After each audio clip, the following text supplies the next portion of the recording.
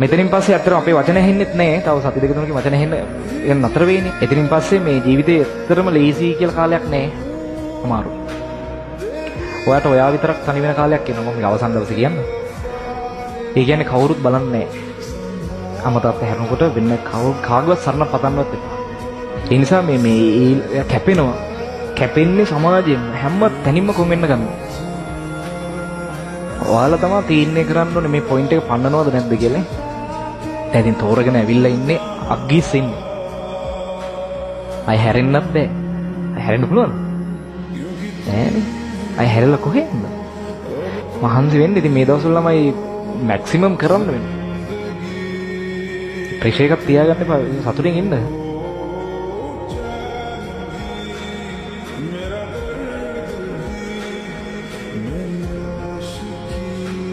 Sir මං O level වලට වැඩියෙන් වැඩ කරපු කෙනෙක් නෙමෙයි.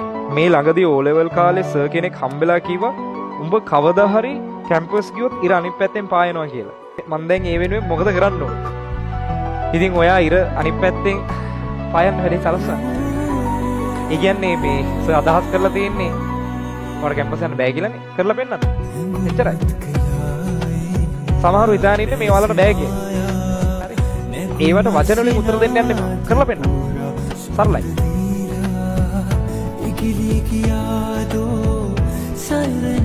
පාඩම් කරන්න බෑ. ගත්ත ගමන් පැයක් පාඩම් කරන්න බෑ.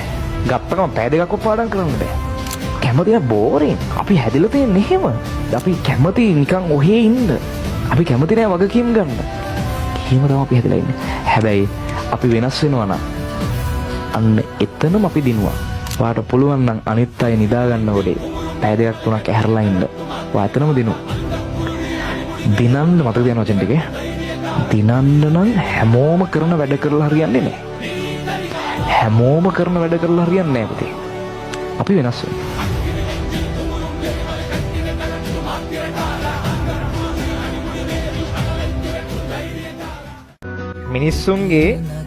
මිනිස්සුන්ගේ ඇස් වලින් වැටෙන කඳුළු වර්ග දෙකයි. එකක් තමයි දුකට වැටෙන කඳුළු. අනිත් එක තමයි සතුටු කඳුළු.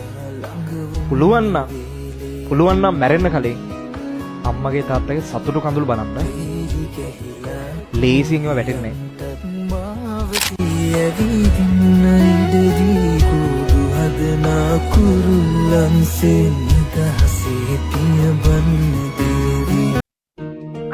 අපි බලමු නේද ළමයි. ඇත්තට මේ මාස 6 මෙතන ඉන්න බහුතරයක් කැම්පස් යනවනේ. අපි බලමු කවුද මේ චැලෙන්ජ් එක බාරගෙන මල්ලකට එන්න. සර් මට අපිට එදා වචනයක් දුන්නා. සර් චැලෙන්ජ් එකක් දුන්නා අපිට. අපි ඒක කරා. එහෙම කියන්න කොන්ද බන තියෙන්න ඕන. චැලෙන්ජ් බාර ගන්න කොන්ද බන තියෙන්න ඕනේ. මම කියලා දෙනවද? කවුරු හරි කියද මම කියන උඹලට බෑ උඹලා පුළුවන් නම් කරලා පෙන්නපන් කියලා කියනවනේ.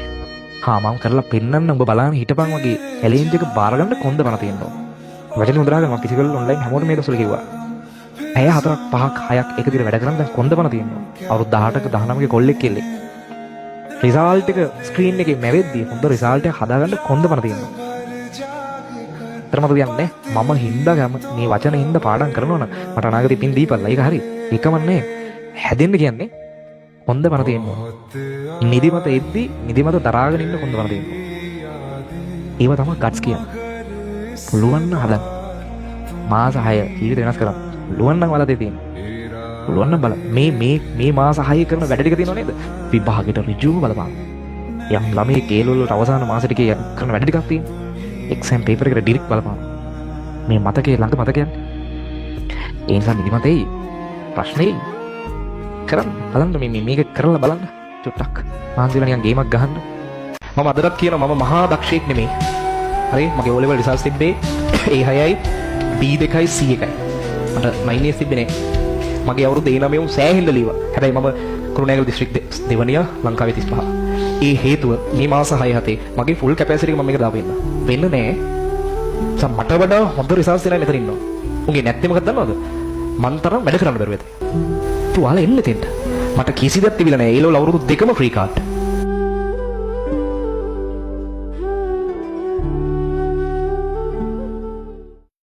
මේ වෙද්දි හැමෝම දුක් විඳලා ඉන්නවා. මේ වෙද්දි හැමෝම ආදර ප්‍රශ්න නිසා විඳවනා ඉන්නවා. මොකද ජීවිතේ පන්නරයක්.